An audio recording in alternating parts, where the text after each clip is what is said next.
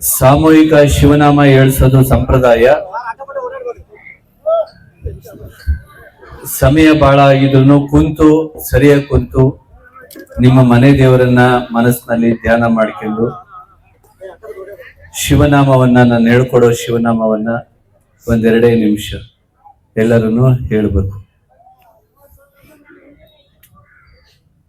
ಶಿವಾಯ ನಮಃ, ಶಿವಾಯ ನಮಃ, ಶಿವಾಯ ನಮಃ. ಓಂ ನಮಃ ಶಿವಾಯ, ಓಂ ನಮಃ ಶಿವಾಯ, ಓಂ ನಮಃ ಶಿವಾಯ. ಶಿವಾಯ ನಮಃ, ಶಿವಾಯ ನಮಃ. ಓಂ ನಮಃ ಶಿವಾಯ, ಓಂ ನಮಃ ಶಿವಾಯ. ಶಿವ ಶಿವ ಶಿವ ಶಿವ ಶಿವಾಯ ನಮಃ. ಅಂದ್ರೆ ಅಲ್ಲ, ಶಿವ ಶಿವ ಶಿವ ಶಿವ ಶಿವಾಯ ನಮಃ.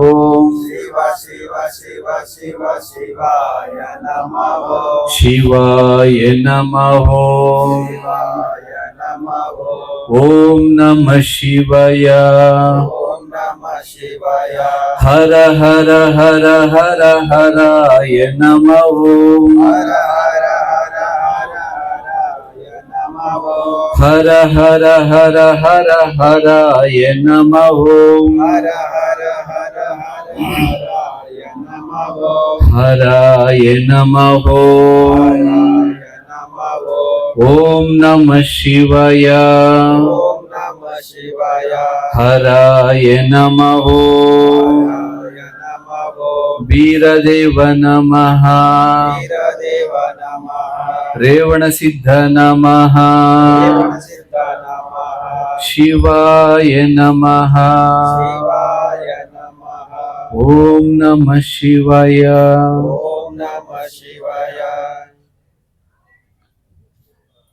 ನಾಡಿನ ಅಧಿದೇವತೆ, ಎಲ್ಲ ಜಾತಿ ಮತ ಧರ್ಮಗಳ ಆರಾಧ್ಯ ದೇವರಾದ ಮೈಲಾರ ಮಲ್ಲಣ್ಣನನ್ನ, ಬೀರದೇವರನ್ನ, ಜಗದ್ಗುರು ರೇವಣ ಸಿದ್ದೇಶ್ವರರನ್ನ, ಕನಕದಾಸರನ್ನ, ಎಲ್ಲ ಸಂತ ಮಹಾಂತರನ್ನ ಸ್ಮರಿಸಿಕೊಂಡು ಪೂಜ್ಯ ಲಿಂಗಬೀರದೇವ ಮಹಾಸ್ವಾಮೀಜಿಗಳವರಲ್ಲಿ, ಪೂಜ್ಯ ಶರಣಯ್ಯ ಒಡೆಯರವರಲ್ಲಿ, ಪೂಜ್ಯ ಗೋವರ್ಧನಾನಂದ ಪುರಿ ಮಹಾಸ್ವಾಮೀಜಿಗಳವರಲ್ಲಿ, ರಾಮಲಿಂಗಪ್ಪನವರಲ್ಲಿ, ಡಾಕ್ಟರ್ ಗಾದ್ಲಿಂಗೌಡರಲ್ಲಿ, ಕೆರ್ಕೋಡಪ್ಪನವರಲ್ಲಿ, ನಗರ ಪಾಲಿಕೆಯ ಸದಸ್ಯರಲ್ಲಿ, ಪಾಲ್ಗೊಂಡಿರುವಂತಹ ಎಲ್ಲ ಕುರುಬ ಸಂಘದ ಪದಾಧಿಕಾರಿಗಳಲ್ಲಿ, ನಮ್ಮನ್ನ ಬಳ್ಳಾರಿ ತಾಲೂಕಿನ ಸಿರುವಾರ ಗ್ರಾಮಕ್ಕೆ ನಿಮ್ಮೆಲ್ಲರನ್ನ ಒಪ್ಪಿಸಿ ಕರ್ಕೊಂಡು ಬಂದಿರುವಂತಹ ಬಳ್ಳಾರಿ ತಾಲೂಕಿನ ಕನಕಗುರು ಪೀಠ ಸಮಿತಿಯ ಅಧ್ಯಕ್ಷರಾದ ರಾಮಾಂಜಿನಿ ಹಾಗೂ ಎಲ್ಲ ಈ ಊರಿನ ಬಂಧುಗಳಲ್ಲಿ ಶರಣಾರ್ಥಿಗಳು.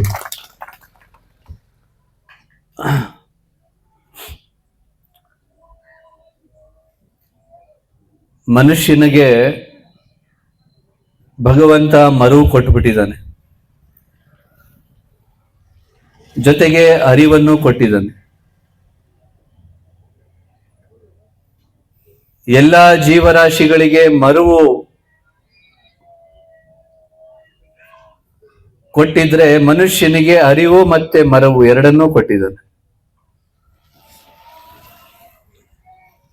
ನಮಗೆ ಸತ್ಕಾರ್ಯಗಳ ಬಗ್ಗೆ ಅರಿವು ಬರೋದು ಬಹಳ ಕಡಿಮೆ. ಯಾಕೆಂದ್ರೆ ಹೊಟ್ಟೆ ಸುಮ್ಮನೆ ಬಿಡಲ್ಲ ನಮ್ಮನ್ನು.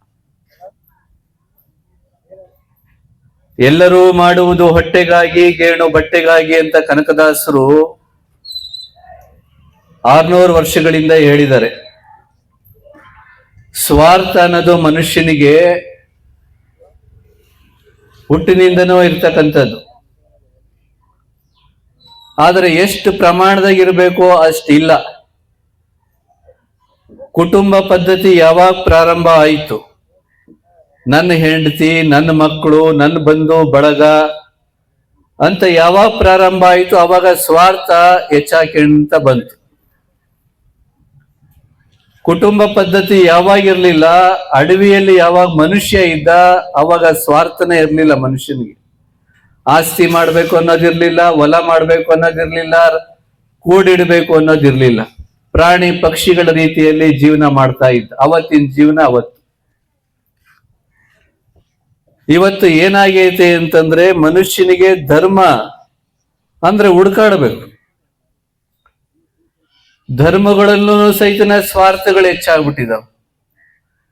ಇಡೀ ಜಗತ್ತಿನಲ್ಲಿ ನನ್ನ ಧರ್ಮನೇ ಶ್ರೇಷ್ಠ ಆಗಿರ್ಬೇಕು, ಎಲ್ಲರೂ ನನ್ನ ಧರ್ಮನೇ ಪಾಲಿಸ್ಬೇಕು ಅಂತಂದ್ಬಿಟ್ಟು ಅದಕ್ಕೋಸ್ಕರ ಯುದ್ಧ ಮಾಡಿ ಧರ್ಮಾಂತರ ಮಾಡ್ತಾರೆ. ಅದಕ್ಕೋಸ್ಕರ ಮೋಸ ಮಾಡಿ ಧರ್ಮಾಂತರ ಮಾಡ್ತಾರೆ. ಮನುಷ್ಯನಿಗೆ ಇಷ್ಟಪಟ್ಟು ಧರ್ಮವನ್ನ ಸೇರೋದು ಬೇರೆ, ಬಲವಂತ ಮಾಡಿ ಧರ್ಮವನ್ನ ಹೇರೋದು ಬೇರೆ. ಧರ್ಮಕ್ಕೋಸ್ಕರ ಯುದ್ಧ. ಎಲ್ಲಿ ಮನುಷ್ಯತ್ವ ಧರ್ಮ ಆಗಿರ್ಬೇಕು ಅಲ್ಲಿ ಮನುಷ್ಯತ್ವವನ್ನೇ ನಾಶ ಮಾಡಿ ಧರ್ಮ ಪ್ರಚಾರ ಮಾಡೋದು ಯಾವ ಧರ್ಮ? ಹಾಗಾಗಿ ಸ್ವಾರ್ಥ ಹೆಚ್ಚಾಗೈತೆ ಮನುಷ್ಯನಲ್ಲೂ, ವಿಪರೀತ ಸ್ವಾರ್ಥ. ಎಷ್ಟು ಮಟ್ಟಿಗೆ ಇವತ್ತು ಬಂದಿದೀವಿ ಅಂತಂದ್ರೆ ಕುಟುಂಬ ಪದ್ಧತಿ ಇಲ್ಲ, ಗಂಡ ಹೆಂಡತಿ ಇಬ್ಬರೇ ಇರಬೇಕು ಅಂತನ ಇವತ್ತು ಹೆಣ್ಮಕ್ಳು ಬಯಸ್ತಾರೆ. ಅಣ್ಣ ತಮ್ಮ ಬಂಧು ಬಳಗಗಳ ಜೊತೆಗೆ ಪ್ರೀತಿಯಿಂದ ಮಾತಾಡ್ಕೊಂಡಿರೋದಕ್ಕೆ ಇವತ್ತಿನ ಹೆಣ್ಮಕ್ಳುಗಳು ನಮ್ಮ ಮನೆಗಳಲ್ಲಿ ತಯಾರಾಗ್ತಾ ಇಲ್ಲ. ಗಂಡ ಹೆಂಡತಿ ಅಷ್ಟೇ. ಹಾಗಾದ್ರೆ ಮನುಷ್ಯನ ಬಾಂಧವ್ಯಕ್ಕೆ ಏನು ಬೆಲೆ ಬಂತು? ನಾವೆಲ್ಲ ಇಲ್ಲಿ ನಮ್ಮ ಯಾತ್ರೆ ಮಾಡಿರ್ತಕ್ಕಂತಹ ಉದ್ದೇಶ ಹಾಲು ಮತ ಧರ್ಮ. ಇವತ್ತು ಕುರುಬ್ರಿಗೆ ಅಷ್ಟೇ ಬಳಸೋದಿಲ್ಲ. ಇವತ್ತು ಕುರುಬ್ರಿಗೆ ಅಷ್ಟೇ ಇದು ಹಾಲು ಮತ ಧರ್ಮ ಅಂತ ಬಳಸ್ತಾರೆ. ಮೊದ್ಲೆಲ್ಲ ಹಂಗಿರ್ಲಿಲ್ಲ. ಹಂಡೆ ವಜೀರರು, ಏನು ಕೂಡು ಒಕ್ಕಲಿಗರು, ಲಿಂಗಾಯತರ ಹಲವಾರು ಪಂಗಡಗಳು, ಯಾದವರು, ಬೇಡರು, ಈ ಎಲ್ಲಾ ಜನಾಂಗಗಳು, ಭಾರತೀಯ ಜನಾಂಗಗಳೆಲ್ಲವೂ ಸಹಿತನ ಒಂದು ಕಾಲದಲ್ಲಿ ಹಾಲು ಮತ ಧರ್ಮದವಾಗಿದ್ದು. ಇದು ನೀವು ಜ್ಞಾಪಕ ಇಟ್ಕೋಬೇಕು. ಇದಕ್ಕೆ ನೀವೇನಾದ್ರು ದಾಖಲೆ ಕೇಳ್ತೀರಿ ಅಂತಂದ್ರೆ ಶಂಭಾ ಜೋಶಿ ಅವರ ಹಾಲು ಮತ ದರ್ಶನವನ್ನ ನೀವು ನೋಡ್ಬೇಕು. ಅವರು ಬ್ರಾಹ್ಮಣರು. ಇಡೀ ದೇಶದ ಚರಿತ್ರೆಯನ್ನ, ಹಲವಾರು ರೀತಿಯ ಚರಿತ್ರೆಗಳನ್ನ ಬರೀತಾರೆ. ಕರ್ನಾಟಕ ಅನ್ನುವುದೇ ಹಾಲು ಮತಸ್ಥರ ಕನ್ನಡಿಗರ ನಾಡು, ಕುರುಬರ ನಾಡು ಅಂತ ಅಲ್ಲಿ ಅಷ್ಟು ಮಟ್ಟಿಗೆ ಅವ್ರು ಹೇಳ್ತಾರೆ. ಪ್ರಜ್ಞೆ ಇಲ್ಲ ನಮಗೆ. ನಾವು ಡಾಕ್ಟರ್ ಬಾಬಾ ಸಾಹೇಬ್ ಅಂಬೇಡ್ಕರ್ ಸುಮ್ಮನೆ ಹೇಳಿಲ್ಲ. ಯಾರಿಗೆ ಇತಿಹಾಸ ಗೊತ್ತಿಲ್ಲ ಅವರಿಗೆ ಧೈರ್ಯ ಬರೋದಿಲ್ಲ, ಅವರು ಇತಿಹಾಸವನ್ನ ಕಟ್ಟೋದಕ್ಕೆ ಸಾಧ್ಯ ಇಲ್ಲ. ಶಂಭಾ ಜೋಶಿ ಅವರು ಇಡೀ ಭಾರತ ತುಂಬಾ ಓಡಾಡ್ತಾರೆ. ಏನಂತ? ಭಾರತದಲ್ಲಿ ಏನ್ ಚರಿತ್ರೆ ಐತಿ ಅದನ್ನ ಪುಸ್ತಕದಲ್ಲಿ ಬರೀಬೇಕು ಅಂತಂದ್ಬಿಟ್ಟು ಓಡಾಡ್ತಾರೆ. ಎಲ್ಲಾ ಜಾತಿ ಜನಾಂಗದವರ ಧಾರ್ಮಿಕ ಪದ್ಧತಿಗಳನ್ನ ನೋಡ್ಕೊಂಡ್ ಬರ್ತಾರೆ. ಎಲ್ಲಾ ಜಾತಿ ಜನಾಂಗದವರು ಕಂಬಳಿ ಆಧಾರವಾಗಿ ಪೂಜೆ ಪುನಸ್ಕಾರ ಮಾಡ್ತಾರಲ್ಲ, ಕಂಬಳಿ ಬಿಟ್ಟು ಯಾರೂ ಇಲ್ಲ. ಅಷ್ಟೇ ಅಲ್ಲ, ಕುರುಬರ ಪೂಜಾರಿಗಳನ್ನ ಮುಂದಿಟ್ಕೊಂಡು ಹಲವಾರು ಕಡೆಗೆ ಬೋಣಿಗೆಗಳನ್ನ, ಪೂಜೆ ಪುನಸ್ಕಾರಗಳನ್ನ ಮಾಡ್ತಾರಲ್ಲ. ಹಲವಾರು ಸಮುದಾಯದವರು ಮೈಲಾರಲಿಂಗನ ಭಕ್ತರಾಗಿದಾರಲ್ಲ, ಎಲ್ಲರೂ ಭಂಡಾರವನ್ನ ಇಷ್ಟಪಡ್ತಾರಲ್ಲ. ಇಷ್ಟೇ ಅಲ್ಲದೆ ಸ್ಥಳನಾಮಗಳನ್ನೆಲ್ಲವನ್ನ ಅಧ್ಯಯನ ಮಾಡಿ ಭಾರತದ ದರ್ಶನ ಅಂತಂದ್ಬಿಟ್ಟು ಬರಿಬೇಕು ಅಂತ ಹೊರಟಂತಹ ಶಂಭಾ ಜೋಶಿ ಅವರು ಕೊನೆಗೆ ಆ ಪುಸ್ತಕಕ್ಕೆ ಹೆಸರಿಟ್ಟಿದ್ದು ಹಾಲು ಮತ ದರ್ಶನ ಅಂತ. ಭಾರತ ತುಂಬಾ ನಾನು ಓಡಾಡದೆ, ಎಲ್ಲಾ ಜಾತಿ ಜನಾಂಗದಲ್ಲಿ ಒಂದಲ್ಲ ಒಂದು ರೀತಿಯಲ್ಲಿ ಕುರುಬರ ಸಂಬಂಧಗಳಿದಾವೆ, ಹಾಲು ಮತಸ್ಥರ ಸಂಬಂಧಗಳಿದಾವೆ ಅನ್ನೋದನ್ನ ಅವರು ಸಾಬೀತು ಮಾಡಿ ತೋರಿಸ್ತಾರೆ. ಮೈಲಾರಲಿಂಗನ ಪರಂಪರೆ, ಮೈಲಾರಲಿಂಗನಿಗೆ ಇವತ್ತು ಕುರುಬರಷ್ಟೇ ನಡ್ಕೊಳ್ಳೋದಿಲ್ಲ, ಅಲ್ಲಿ ಗೊರಪ್ಪಯ್ಯನವರಾಗಿ ಹರಿಜನರಿಂದ ಹಿಡಿದು ಬ್ರಾಹ್ಮಣರ ತನಕ ಮುಸಲ್ಮಾನರು ಸಹಿತನ ಹೋಗಿ ದೀಕ್ಷೆ ತಗೊಂಡು ಸೇವೆ ಮಾಡೋ ಪದ್ಧತಿ ಐತೋ ಇಲ್ಲೋ? ನೀವು ನೋಡಿದ್ರಿ, ಗೊರವಯ್ಯನ ದೀಕ್ಷೆ ತಗೊಂಡು ಸೇವೆ ಮಾಡ್ತಾರೆ. ಎಂತ ಪದ್ಧತಿ! ಪ್ರಾಣಿಗಳನ್ನ ಹಿಂಸೆ ಮಾಡಬಾರ್ದು ಅನ್ನುವಂತಹ ಧರ್ಮ ಗೊರವಯ್ಯನವರ ಧರ್ಮ. ಕೇವಲ ಪಾದರಕ್ಷೆ ಇಲ್ಲದೇನೆ ಓಡಾಡ್ಬೇಕು ಅನ್ನುವಂಥದ್ದು. ಪಾದರಕ್ಷೆ ಇಲ್ಲ, ಅವ್ರು ಹಾಕದೇ ಇಲ್ಲ, ಪಾದರಕ್ಷೆ ಹಾಕೋದಿಲ್ಲ. ನಾವು ಜೈನ ಧರ್ಮವನ್ನ ನಾವು ಹೇಳ್ತೀವಿ, ಅವ್ರಿಲ್ಲ. ಜೈನ ಧರ್ಮದವ್ರು ಬರೀ ಕಾಲಲ್ಲಿ ಓಡಾಡ್ತಾರೆ.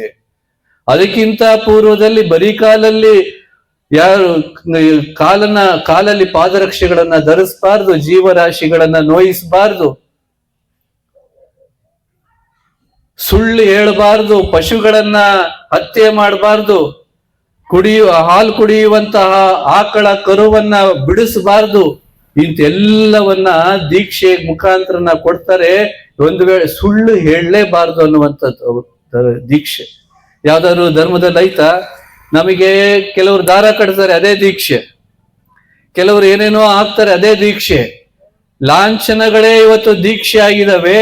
ಆದ್ರೆ ಆಚರಣೆಯನ್ನ ದೀಕ್ಷೆಯನ್ನಾಗಿ ಕೊಡುವಂತಹ ಧರ್ಮ ಯಾವ್ದಾದ್ರು ಐತೆ ಅಂದ್ರೆ ಅದು ಹಾಲು ಮತ ಧರ್ಮ, ಮೈಲಾರಲಿಂಗನ ಧರ್ಮ. ನೀನು ಸುಳ್ಳು ಹೇಳ್ಬೇಡ, ಹಿಂಸೆ ಮಾಡಬೇಡ. ಮೈಲಾರಲಿಂಗನ ಪರಂಪರೆ ಬರ್ತಕ್ಕಂಥದ್ದು. ನಮ್ಮ ಜೀವನ ದೇವರಿಗೆ ಅರ್ಪಣೆ ಆಗ್ಬೇಕು. ಕೆಲವರು ಏನಂತ ಬರೆದಿದ್ದಾರೆ ಅಂತಂದ್ರೆ, ಹಳ್ಳಿಗಳಲ್ಲಿ ನಾವು ಇವತ್ತಿಗೂ ನಂಬ್ಕೊಂಡಿದೀವಿ, ನಾವು ಕಪ್ಪು ಜನ, ನಮಗೆ ನಾವು ಕೊಡೋದು ದೇವರು ಸ್ವೀಕಾರ ಮಾಡೋದಿಲ್ಲ, ನಮಗೆ ಮುಕ್ತಿ ಇಲ್ಲ. ಹಂಗೇನಿಲ್ಲ.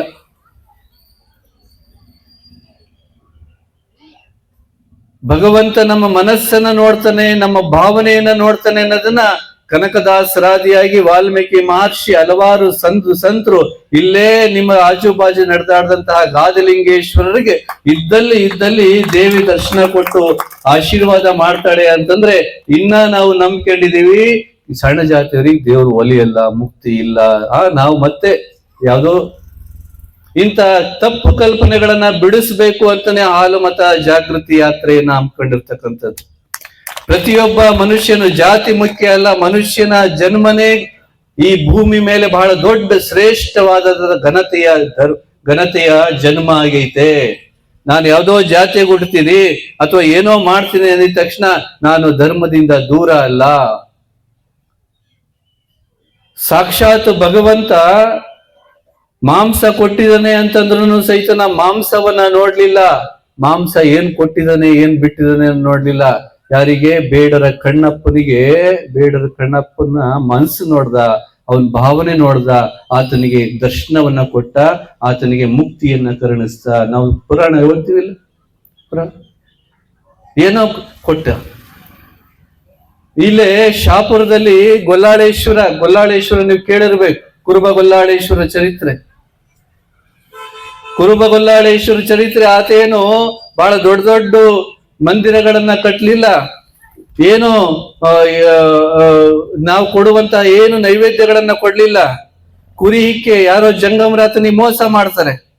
ನಾನು ಕುರಿ ಕಾದ್ಕೊಂಡಿರೋದ್ರಲ್ಲಿ ಬ್ಯುಸಿ ಇದ್ದೀನಿ, ಕುರಿ ಬಿಟ್ಟು ಮಲ್ಲಯ್ಯನಿಗೆ ಬರಕ್ ಆಗೋದಿಲ್ಲ, ನೀನ್ ಹೆಂಗೂ ಮಲ್ಲಯ್ಯನಿಗೆ ಪಾದಯಾತ್ರೆ ಹೋಗ್ತಾ ಇರ್ತಾರಲ್ಲ ಈ ಕಡೆಗೆಲ್ಲ, ಪಾದಯಾತ್ರೆ ಹೋಗುವಂತಹ ಜಂಗಮರ ಕಡೆಗೆ ಕುರಿ ಮಾರಿ ರೊಕ್ಕ ಕೊಟ್ಟು ಬರ್ತಾ ಹಂಗೆ ಶ್ರೀಶೈಲ ಮಲ್ಲಯ್ಯನಿಂದ ಒಂದು ಲಿಂಗ ತಗೊಂಬರಪ್ಪ, ನಾನು ಪೂಜೆ ಮಾಡ್ತೀನಿ ಅಂತಾರೆ. ಈ ಐನರಾತ ಜಂಗಮ ಏನ್ ಮಾಡ್ತಾನೆ, ಐನರ್ ಅಂದ್ರೆ ಜಾತಿ ಲೆಕ್ಕ ತಿಳ್ಕೊಬೇಡ್ರಿ, ಪೂಜ್ಯರಷ್ಟೇ ಅವಾಗಿನ ಕಾಲದಲ್ಲಿ. ಅವ ಏನ್ ಮಾಡ್ತಾನೆ, ಆತ ಜಾತ್ರೆ ಮಾಡ್ಬಿಡ್ತಾನೆ. ಶ್ರೀಶೈಲಕ್ಕೆ ಹೋಗಿರೋ ಜಾತ್ರೆ ಹಬ್ಬದಲ್ಲಿ ಆ ಕುರುಬ ಗೊಲ್ಲಾಳೇಶ್ವರ ರೊಕ್ಕ ಕೊಟ್ಟಿರೋದನ್ನ ಮರೆತು ಅದನ್ನೂ ರೊಕ್ಕ ತನ್ನ ಮನೆಗೆ ಖರ್ಚು ಮಾಡ್ಕೊಂಡು ಜಾತ್ರೆ ಮಾಡ್ಕೊಂಡು ವಾಪಸ್ ಬರ್ತಾ ಇರ್ತಾನೆ. ಇಲ್ಲಿ ಗೊಲ್ಲಾಳೇಶ್ವರ ಕುರಿ ಕಾದ್ಕೊಂಡು ಇದೇ ದಾರಿಗೆ ಮತ್ತೆ ಜಂಗಮೈ ಬರ್ತಾನೆ ಅಂತ ಹಗಲು ರಾತ್ರಿ ಕಾದ್ಕೊಂಡ ಕುಂತಿರ್ತಾನೆ. ಜಂಗಮ ಬರ್ತಾನೆ. ಬಂದಾಗ ದೂರದಿಂದ ನೋಡ್ತಾನೆ.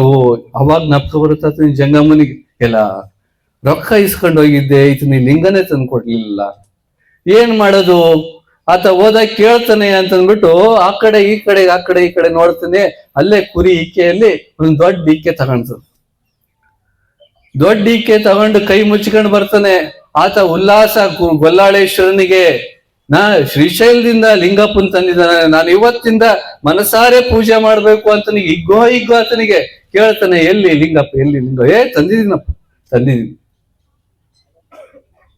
ಆತ ಕೊಡ್ಬೇಕಾದ್ರೆ ಒಂದು ಮಾತುಗಳನ್ನು ಹೇಳ್ತಾನೆ. ಏನ್ ಹೇಳ್ತಾನೆ ಅಂತಂದ್ರೆ, ನೋಡಪ್ಪ, ಶ್ರೀಶೈಲದಿಂದ ಲಿಂಗಪ್ಪನ್ ತಂದಿದ್ದೀನಿ, ಇದ್ರ ಪೂಜೆ ಮಾಡೋ ಪದ್ಧತಿ ವಿಶೇಷ, ಇದನ್ನ ನೀನು ನೋಡ್ಬಾರ್ದು, ಯಾರಿಗೂ ತೋರಿಸ್ಬಾರ್ದು. ಯಾಕೆ? ಅದು ಲಿಂಗಪ್ಪ ಇರೋದಿಲ್ಲ, ಅದು ಹಿಕ್ಕೆ, ಕುರಿ ಹಿಕ್ಕೆ ಇರುತ್ತೆ. ಈತನಿಗೆ ಭಯ, ಈತನಿಗೆ. ಮತ್ತೆ ಏನು ಕೊಡ್ಬೇಕ್ರಿ ಇದನ್ನ? ನೀನು ನೋಡಬಾರ್ದು, ಮಂದಿಗೂ ತೋರಿಸ್ಬಾರ್ದು, ನೀನೇನೇನು ಊಟ ಮಾಡ್ತೀಯ ಎಲ್ಲವನ್ನ ಅದು ಸ್ವೀಕಾರ ಮಾಡುತ್ತಪ್ಪ, ನೀನು ನೈವೇದ್ಯ ಮಾಡಿ ಪೂಜೆ ಮಾಡಿಕೊಂಡು ಹೋಗು ಅಂತಂದ್ಬಿಟ್ಟು ಹೇಳಿದಂತ ಸಂದರ್ಭದಲ್ಲಿ ಆ ಗೊಲ್ಲಾಳೇಶ್ವರ ಅದನ್ನೇ ನಂಬ್ಕೊಂಡು ಕೈಯಾಗೆ ಮುಚ್ಕೊಂಡು ಇಟ್ಕೊಂಡಿದ್ದಾನೆ. ಎಲ್ಲಿಡ್ಬೇಕು?